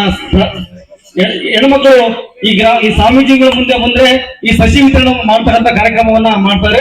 ದಯಮಾಡಿ ಹೆಣ್ಮಕ್ಳು ಸಾಲಾಗಿ ಒಬ್ಬೊಬ್ಬರು ಬಂದು ಈ ಒಂದು ಸಸಿಗಳನ್ನ ಪಡ್ಕೊಳ್ಬೇಕಂತ ಹೇಳಿ ಮನವಿ ಮಾಡ್ತಾ ಇದ್ವಿ. ಒಂದ್ ಸ್ವಲ್ಪ ದಾರಿ ಬಿಡ್ರಿ ಹೆಣ್ಮಕ್ಳಿಗೆ. ಆಸಕ್ತಿ ಇದ್ದವರು. ಧರ್ಮ ಅನ್ನುವಂಥದ್ದು ಕಡಿಮೆ ಆಗಿದೆ, ಸ್ವಾರ್ಥ ಹೆಚ್ಚಾಗಿದೆ. ಸಂಪ್ರದಾಯಗಳು, ಮಾನವೀಯತೆಯ ಸಂಪ್ರದಾಯಗಳು ಇವತ್ತು ಕಡಿಮೆ ಆಗಿದ್ದಾವೆ. ಈ ಹಿನ್ನೆಲೆಯಲ್ಲಿ ಕನಿಷ್ಠ ಮಾನವೀಯ ಗುಣಗಳನ್ನ ಬೆಳೆಸಿಕೊಂಡು ಬಿಟ್ಟು ಬದುಕನ್ನ ಕಟ್ಟಿಕೊಳ್ಳುವಂತಹ ಸಂಸ್ಕೃತಿ ಮನುಷ್ಯನ ಸಂಸ್ಕೃತಿ ಆಗಬೇಕು ಅಂತ ಹೇಳಿ ನಾವು ಶ್ರಾವಣ ಮಾಸದಲ್ಲಿ ಹಾಲುಮತ ಧರ್ಮ ಮತ್ತು ಪರಿಸರ ಜಾಗೃತಿ ಯಾತ್ರೆಯನ್ನ ಹಮ್ಮಿಕೊಂಡಿದ್ದೀವಿ. ಪರಿಸರ ಸಂಸ್ಕೃತಿ ಇರಲಿಲ್ಲ ಅಂತಂದ್ರೆ ಮನುಷ್ಯನಿಗೆ ಸಮಾಜದಲ್ಲಿ ಗೌರವ ಇರೋದಿಲ್ಲ. ಪ್ರಕೃತಿ ನಾಶ ಆದ್ರೆ ಯಾವ ಜೀವ ಸಂಕುಲಗಳು ಸಹಿತನ ಉಳಿಯೋದಕ್ಕೆ ಸಾಧ್ಯ ಇಲ್ಲ. ಹಾಗಾಗಿ ಮನುಷ್ಯನ ಗೌರವಕ್ಕೆ ಸಂಸ್ಕೃತಿ ಬೇಕು. ಇಡೀ ಜೀವ ಸಂಕುಲಗಳ ಉಳಿವಿಗೆ ಬೆಳಿವಿಗೆ ಪ್ರಕೃತಿ ಬೇಕು ಅಂತ ಹೇಳಿ ಹಳ್ಳಿಗಳಲ್ಲಿ ನೂರಾರು ಸಸಿಗಳನ್ನ ವಿತರಣೆ ಮಾಡ್ತಾನ ಮನುಷ್ಯನಲ್ಲಿ ಮಾನವೀಯತೆ, ಪ್ರೇಮ, ಪರಸ್ಪರ ಏನು ಬಾಂಧವ್ಯಗಳನ್ನ ಬೆಳೆಸುವಂತಹ ಧಾರ್ಮಿಕ ಪದ್ಧತಿಗಳನ್ನ ಹೇಳೋದಕ್ಕೋಸ್ಕರ ಈ ಯಾತ್ರೆಯನ್ನು ಹಮ್ಮಿಕೊಂಡಿದ್ದೀವಿ. ಬಳ್ಳಾರಿ ತಾಲೂಕಿನಲ್ಲಿ ಇವತ್ತು ಸಿರ್ವಾರ ಗ್ರಾಮದವರು ಬಹಳ ಅದ್ದೂರಿಯಾಗಿ ಸ್ವಾಗತವನ್ನ ಮಾಡಿಕೊಂಡು ಈ ಒಂದು ಯಾತ್ರೆಯನ್ನ ಯಶಸ್ವಿಗೊಳಿಸಿದರೆ ಮನೆ ಮನೆಯಲ್ಲಿ ಧಾರ್ಮಿಕ ಸಂಸ್ಕೃತಿಗಳನ್ನ ಉಳಿಸೋದ್ರ ಮುಖಾಂತರನ ಮಾನವೀಯ ಮೌಲ್ಯಗಳನ್ನ ಎತ್ತಿ ಹಿಡಿಬೇಕು ಅಂತ ಹೇಳ್ತಾರೆ.